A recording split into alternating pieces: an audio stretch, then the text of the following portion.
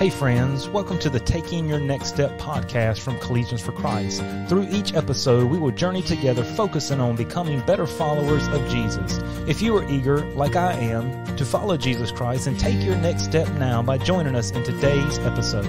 Before we jump into our episode, I want you to mark your calendars for the upcoming Winter College and Career Retreat on February 10th through the 11th in Greenville, North Carolina. Cost will be $35. There will be two main preaching sessions, breakout sessions dealing with relevant issues, small groups, God-infused time. There'll be a real talk session where me and my wife will teach basically together, kind of a joint session. We'll have a hot topic Q&A session.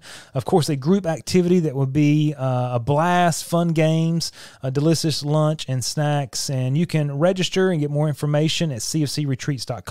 We also will be providing some equipping training sessions just for college and career leaders to help you to grow and establish an effective ministry to young adults and college students. So if you have any questions, reach out to us. So we've been walking through this topic of abortion. We are trying to really understand what we believe, but not only that, why we believe what we believe. We're talking about what is the unborn. That is the ultimate question at hand. If the unborn is not a human being, if the unborn is not a person, then yeah, there's nothing wrong with taking it, removing it, destroying it, whatever you want to do to it.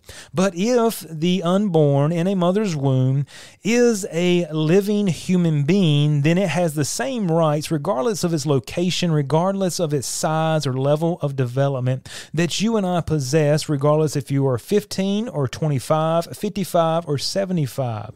You see, we're establishing that the unborn is a distinct, living and whole human being. Science confirms that life begins at conception. And from conception, the one cell, the zygote, has everything within itself that it needs to grow and develop. And so we want to continue on looking at the idea that the unborn is a whole human being. It is not part human. The unborn is not just a blob of tissue, as some would lead you to think. It's not just a collection of cells, as others maybe would lead you to think. You see, an embryo has a full set of chromosomes and its own DNA that produces growth and development. What is the embryo then? What is the unborn in its mother's womb? The embryo being the smallest size before it becomes a fetus. What is it? It is a complete and whole human being producing its own directed development from fertilization. The unborn is a biological human being. It is not just a blob of tissue. It is not just a collection of cells. It is a distinct, living, whole human being. It has its own DNA, just as everybody in the United States should have a social security number that is distinct to themselves, unless somebody has stolen yours or copied yours, right? Every one of us are supposed to have a distinct number. Just the same, our DNA is distinct, and it is not a copy of someone. It is a distinct, living, whole human being. It's not part human or part something else. You see, it develops how? According to the kind of thing it is. If it comes out as a human being, then what did it start? It started as a human being. There's not some transition in the womb where it goes from being nothing to something, or being a gorilla to a human. No, we understand from conception, that's when life begins. That's when it has its DNA. And from that point on, the growth and development occurs because it is a human being, a whole human being, regardless of the size or regardless of the level of development that it has. The unborn child is not constructed. We must understand it is developed. It develops itself. The unborn is not constructed piece by piece from the outside. Rather, the unborn develops from the inside. Nothing from the outside is added to it. We understand that it needs nutrients from the mother, but everything that it needs to grow begins from that one cell. It contains everything that it needs from the very beginning. The unborn has everything within itself to continually develop into an adult human being from conception. Think about that just for a moment. We don't have to add in these things. We don't have to inject this into it in order for it to become an adult. It begins the process, that lifelong process of growing, developing into an adult until we would die off. Psalm 139 verse 16 even alludes, David had no ultrasound technology in that day, but as God revealed to him his word, he said this, thine eyes did see my substance, yet being unperfect. And in thy book all my members were written, which in continuance were fashioned, when as yet there was none of them. And so he alludes to this idea that from conception, the baby or the unborn develops. And this alludes to the scientific truth that we understand that the unborn develops. So lastly here, as we want to finish up, we want to look at the fact that the unborn, yes, the unborn is a distinct, living, whole human being. Please, I know you've heard me say that, but get that in your mind as you talk about the unborn, because that's what they are, and that gives you a basis for your view, for your belief, not only biblically, yes, that's where we start, but when we're talking to people who could care less about the Bible, who are not Christian, they could care less about what our God says, what else can we say? Well, we can establish scientifically that they are a distinct, living, whole human being, which also allows us to argue not only from the biblical perspective, which is very important, and we need to begin there, but it also allows us to argue rationally and also argue scientifically. So as we finish up here, we want to establish that the unborn is a person with dignity and value. Because they are a distinct, living, whole human being, they have dignity and value. Scott Klusendorf, again, I've mentioned him a couple times. He has an excellent book, website on the case for life. He gives this acrostic, the SLED acrostic, to defend the personhood of the unborn. And here we're establishing what the unborn is. So he gives the acrostic SLED. He talks about size, level of development, environment, and degree of dependence. And I'll talk about these briefly just so you understand what we're saying here. So human beings come in all sizes, right? Some people are tall, some people are short, some people are wider, some people are not quite as wide, some people weigh more, some people weigh less. We look different. We all come in different shapes and sizes. The question is then, should we kill another because it is smaller? If we're saying the unborn, because of its size, does not have the same rights as someone who is 5'6" or someone who weighs 130, then we're saying that because of their size, if they're smaller than another, then we can kill them. And we want to see how this logic carries out. So that is the size, level of development. This is what people would say in order for you to become from a biological human being into a person who has rights, you have to become a certain size, you have to have a certain level of development, you have to have a certain environment, you have to be outside of the womb, not in the womb, and then degree of dependence. And he's going to walk through these four key ones here. So the level of development, think about this. The unborn is less developed than an infant. Yes, we would agree with that. But an infant is less developed than a toddler. Yes, we would agree with that. A toddler is less developed than a teenager. Yes, and a teenager is less developed than an adult. So the question is this: should rights be taken based on the level of development? Should we be able to kill one because it is less developed? This is what the thinking of the personhood theory, this is the thinking, the logic that undergirds the pro-abortion, pro-choice movement, the agenda. Because the unborn is less developed, then it has no rights to life.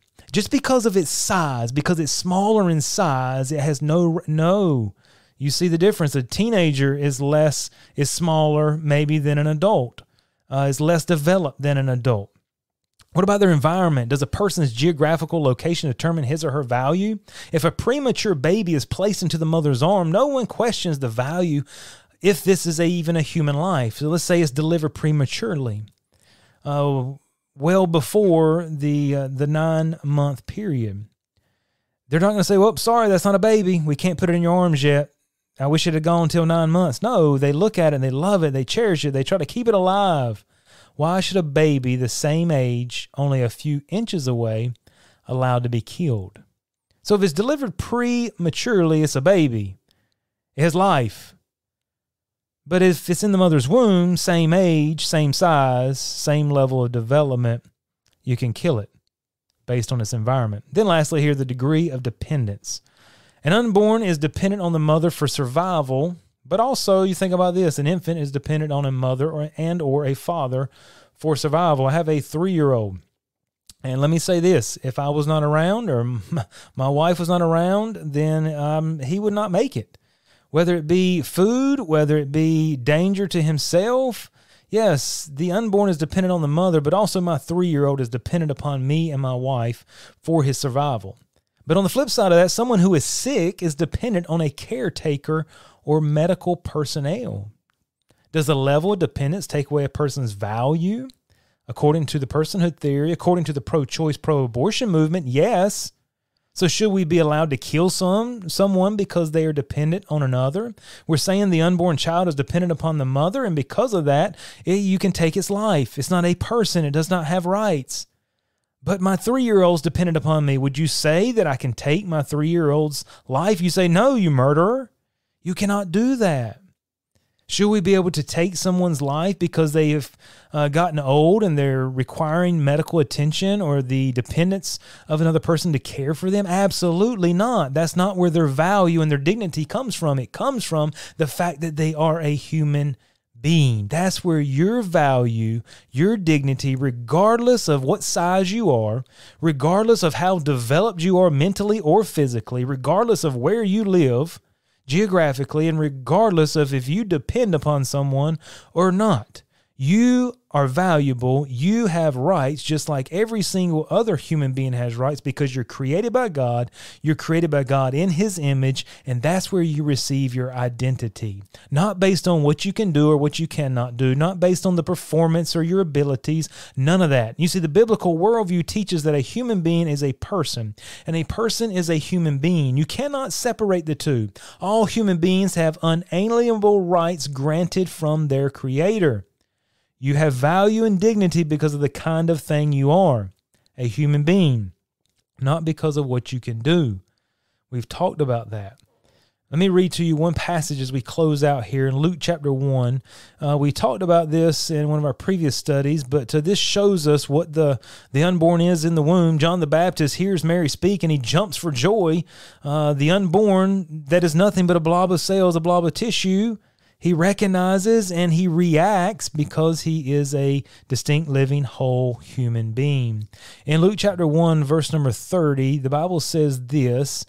It says, "And the angel said unto her, Fear not, Mary, for thou hast found favor with God. And behold, thou shalt conceive in thy womb, and bring forth a son, and shall call his name Jesus. He shall be great, and shall be called the Son of the Highest."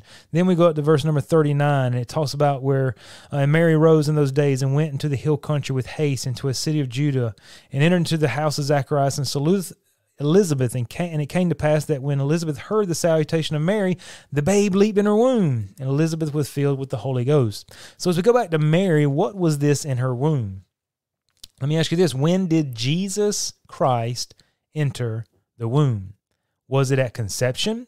Was it at the first trimester, the second, the third? Was it when he was born? What was in Mary's womb? When did God become a human? At conception, at birth? You see, Jesus was Jesus in the womb at conception.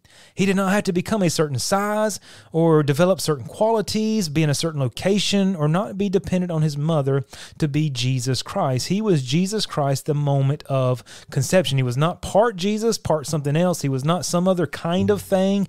He was a distinct, living, whole human being, and his name was, his DNA made up Jesus Christ.